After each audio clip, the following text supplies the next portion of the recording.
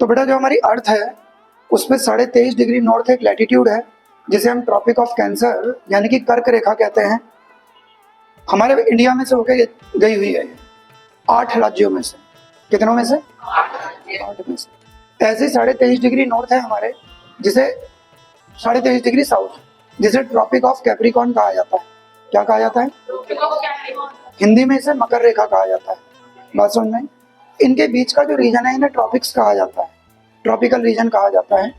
हमारा जो सन है अर्थ के रेस्पेक्ट में इन्हीं 2 ट्रॉपिक्स के बीच घूमता रहता है साल भर। बात समझ में आई? जैसे आज है 22 सितंबर, क्या है?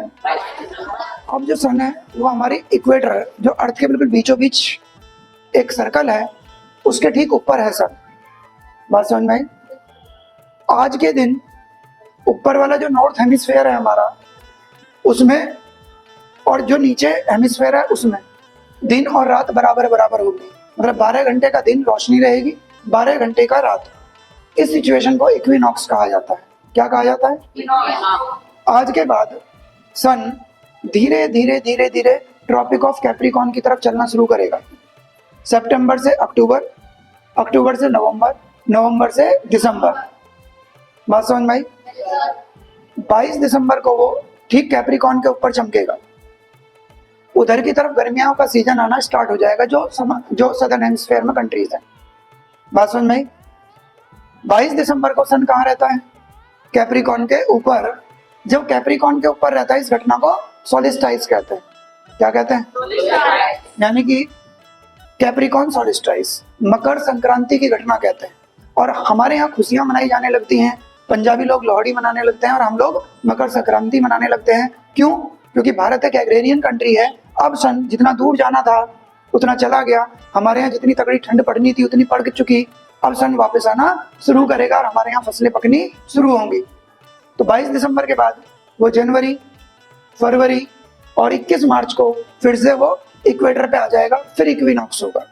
बात समझ में आई? यानी दिन फिर 12 घंटे का और रात फिर 12 घंटे की होगी। बात समझ में आ रही है? अब सन धीरे धीरे ऊपर की तरफ को आना स्टार्ट करेगा। मार्च से अप्रैल, अप्रैल से मई, मई से जून। अब दिन की रोशनी बढ़नी शुरू होगी और 21 जून को वो ट्रॉपिक ऑफ कैंसर के ऊपर होगा और हमारे यहाँ दिन सबसे लंबा होगा और रात सबसे छोटी होगी, जिस दिन हमारे यहाँ इंटरनेशनल योगा डे होता है। इस घटना को फिर सोलिस्टाइस कहेंगे, लेकिन इस बार कैंसर सोलिस्टाइस कहते हैं। क्या कहते हैं? यानी कि कर्क संक्रांति कब आती है हमारे यहाँ? 21 जून को।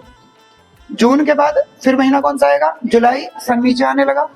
अगस्त, फिर सितंबर आएगा, फिर इक्विनॉक्स आएगा। बात समझ में आ रही है? तो सितंबर में और मार्च में क्या आता है? इक्विनॉक्स आता है। सन कहाँ रहता है? इक्वेटर पे। और बेटा दिसंबर में 22 को और जून में 21 को कौन सी घटनाएं घटती हैं? सोलिस्टाइस। इस हिसाब से हमारे ऋतु परिवर्तन होते हैं और दिन और रात की लंबाइयां हमारी घटती और बढ़ती हैं। बात समझ में आई? क्लियर हुआ? सन की मोशन किसके बीच होती है? सिर्फ ट्रॉपिक्स के बीच। किसके बीच? 2 बार वो इक्वेटर पे चमकता है। कब? 22 सितंबर को और 21 मार्च को। 22 सितंबर को जाते टाइम और 21 मार्च को आते टाइम 2 बार सोलिस्टाइस होती है। कब? 22 दिसंबर को नीचे और 21 जून को ऊपर। क्लियर हो गई? Okay, thank you.